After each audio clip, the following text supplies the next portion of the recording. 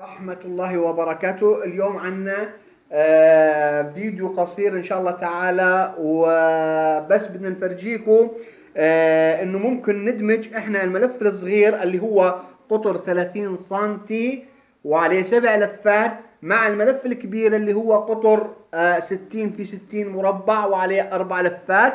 ممكن ندمجهم ونركب اللي هنا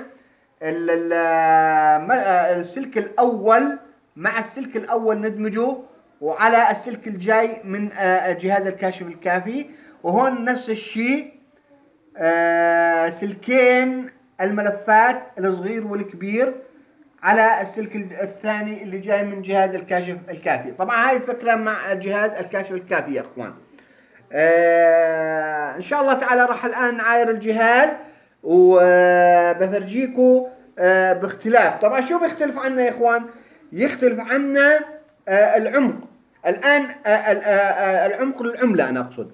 الان هذا القرص الكبير مخصص لعمق تقريبا 1.5 متر.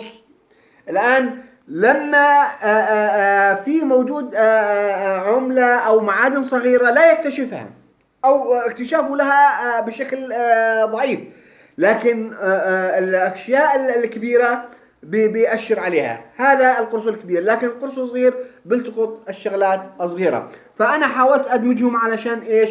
نحصل على الجهتين اللي هو عمق تقريبا لمتر ونص، وايضا للعملة والمعادن الصغيرة بيكون ايضا حساسيته اعلى عليها. خلينا نعاير الجهاز الكاشف الكافي من هون.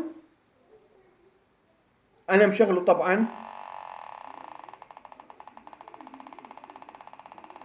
خلينا نشوف العملة النص دينار مثلا الاردني على الملف الكبير لا استجابة تقريبا او استجابة ضعيفة، لكن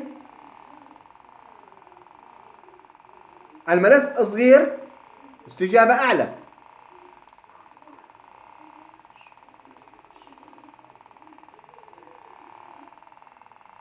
ان شاء الله ان الصوت يكون واضح. ما بعرف اذا صوت الجهاز واضح.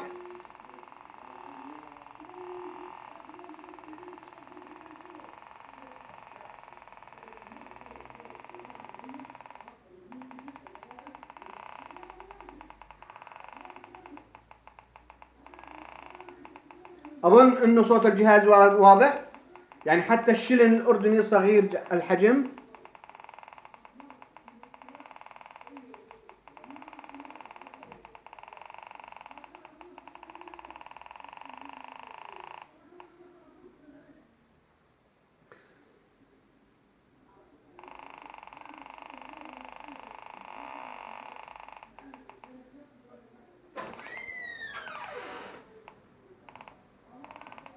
يعني زي ما انتم شايفين يا اخوان، على العملة بتحسسها، لكن هون على القرص الكبير ما بتحسسها.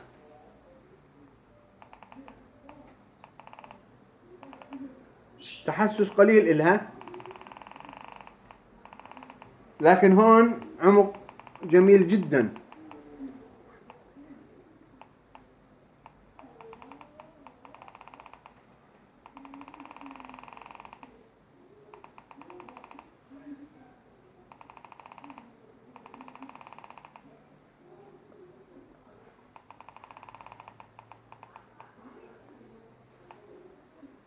خلينا نفرجيكم كيف هاي.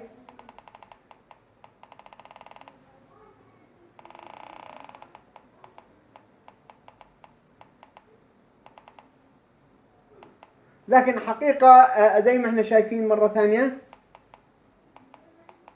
تحسسه على العملة صغير الملف الكبير، لكن استحدثنا الملف صغير عشان يكون عمقه أفضل. هيك بنكون انهينا الفيديو بسرعة لهذه المرة. نلقاكم على خير في فيديو آخر إن شاء الله تعالى. السلام عليكم ورحمة الله وبركاته.